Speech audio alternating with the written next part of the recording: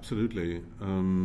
I think you cannot avoid this because there is, on the one hand, I would even say, a clearly anti-theoretical impact in New German media theory. So I'm not really, I never was very happy with this term, exactly because it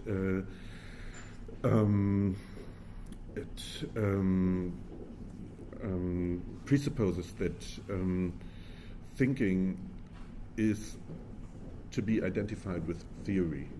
And from the philosophical tradition I come from, where the name Heidegger, for instance, plays a very important role, theory has always a bad connotation. You know? Someone who theorizes is someone who does not think. and therefore, in the first place, I'm reluctant to use the word theory. But on the other hand, so if we talk about who and where and what is thinking, I am very much convinced that you pointed out something very important. Maybe at that time when I wrote the Relays book, the book about the postal systems, that wasn't so clear to me. But it became more and more clear to me since I work much more in the field of cultural techniques and media philosophy, where it becomes a fundamental issue that it is not we who think what media are and do and can do and have been, but that we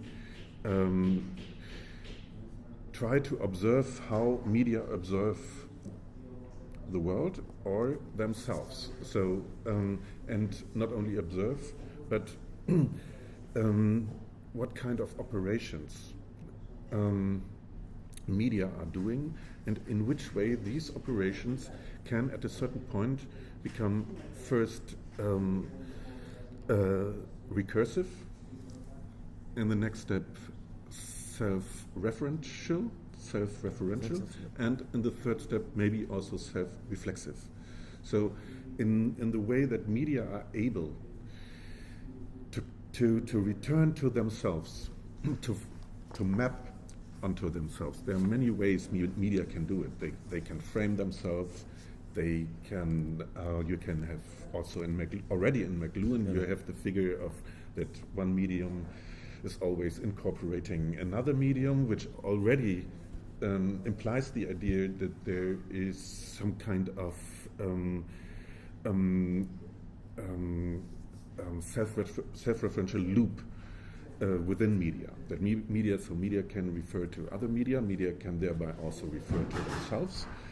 They can reflect themselves, and therefore it is always for me a very important methodological stake to try to find these moments or places in media where media seem to reflect on themselves or on other media, so that we can learn how media think. How do media think? Maybe they think in a completely different way. They think with other capabilities. The thinking matter of media is different than our, or at least we think so. Maybe it's not true, but the matter media think with, like image material or like sound material, needs again the knowledge on media operations and media practices, so that we can better describe how this theorizing that takes place within the media, how this produces some kind of knowledge that then again is possible for us to describe. Okay.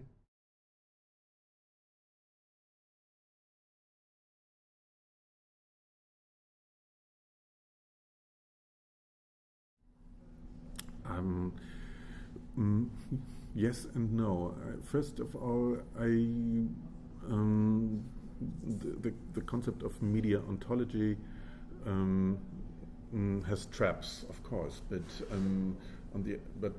first of all, I would not speak of a danger. I'm not afraid of ontology. Many people are afraid of ontology, but I think we shouldn't. It's the question of what we understand when we talk about ontology and what we think about media when we connect the term media with ontology. Obviously, there is a tension here. With ontology, we associate a way of ordering the world according to fixed and stable categories. So you know what an object is, you know what an idea is, and you know what an image is, to put it very simple, you know, and you know what a species is and what an individual is and what gods are and angels are and animals are and human beings are and so on. So that was more or less the ancient way to do ontology. With media, the term media has something to do with being in between. Media already seems to be something that endangers ontology. That is a problem, or should be a problem for ontology, because it mediates between different things. And media become always interesting when they mediate between heterogeneous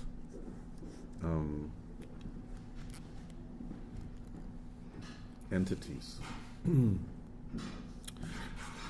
So media are always already concerned with hybrid ontologies, and these hybrid ontologies, I think, are very interesting. Why? Because exactly the way the tradition of Platonism has introduced itself as a way to separate different realms of being, the realm of objects, the realm of subjects, the realm of media, the realm of messages, the realm of matter, the realm of form, signs, reference, ideas, images, and so on and so on. This is the Platonic universe. And what is triggering the connection between these realms always has been representation. So you can represent an idea within an image, you can represent an object within an idea, and so on and so on. So what is connecting these different realms of being and traditional ontology is representation.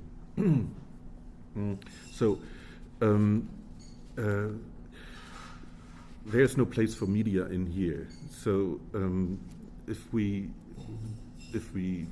do something that we could call media ontology, then that would mean that we replace these relationships called representation by concrete objects.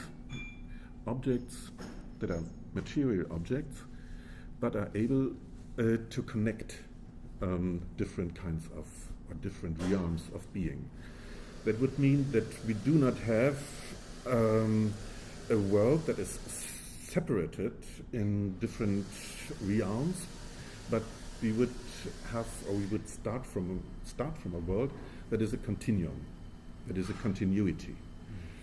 And so we start with the idea that these realms of being are linked to each other, that they are connected, originally connected, and we try to find these objects that are hybrid enough to act as links between those different realms. This is and one could easily go from this step further and ask, what are these objects? What are these objects that we can call media?